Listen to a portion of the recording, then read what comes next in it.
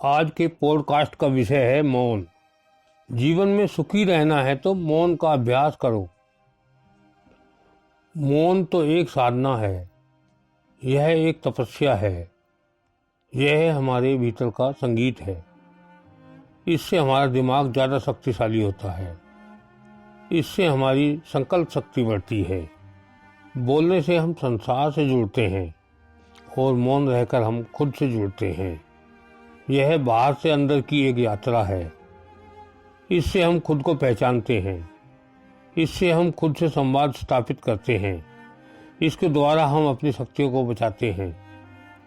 जो व्यर्थ का शोर मचाते हैं वो भीड़ में गुम हो जाते हैं। वही सफल होते हैं जो खामोशी से अपना काम कर जाते हैं। मौन से हम वाणी और मन दोनों को नियंत्रित करते हैं। इससे हमारा दिमाग एक जगह केंद्रित हो जाता है। इससे अंदर से एक शांति मिलती है। यह ज्ञान का आधार है। असल मौन हमारे अंदर का मौन है। जब हमारा मन मौन हो जाता है, यह एक बहुत बड़ी शक्ति है। यह एक संकल्प है। यह अपने अंदर जाकर खुद को पहचानने का विज्ञान है।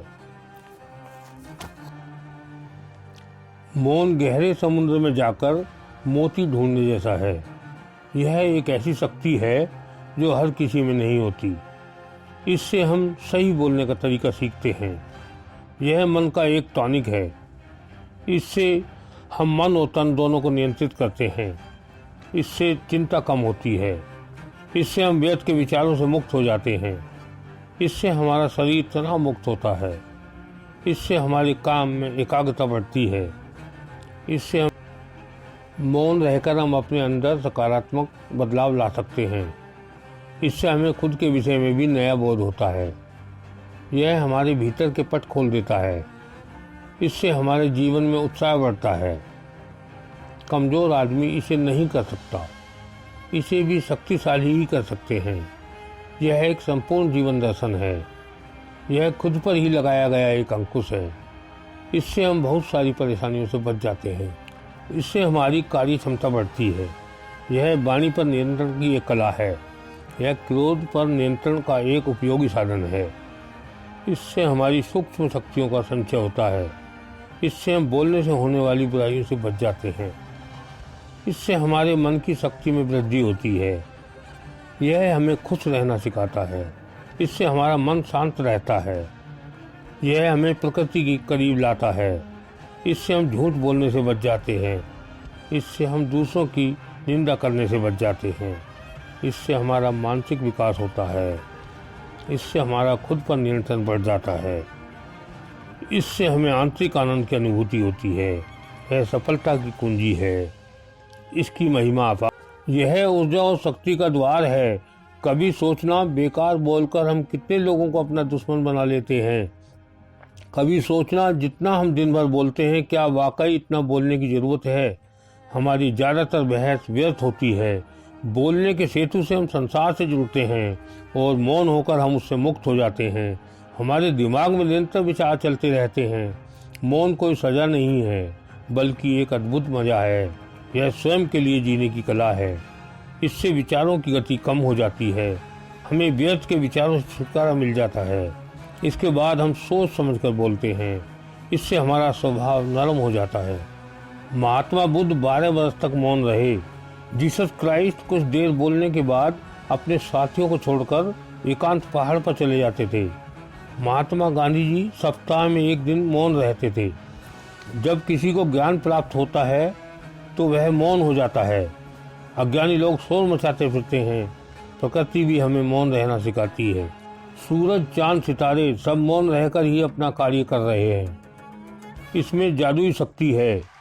इससे हमारा मन शांत हो जाता है। इससे हमारी एकाग्रता बढ़ जाती है। इसकी महिमा अपार है। इससे हम वाक शक्ति को पहचान जाते हैं।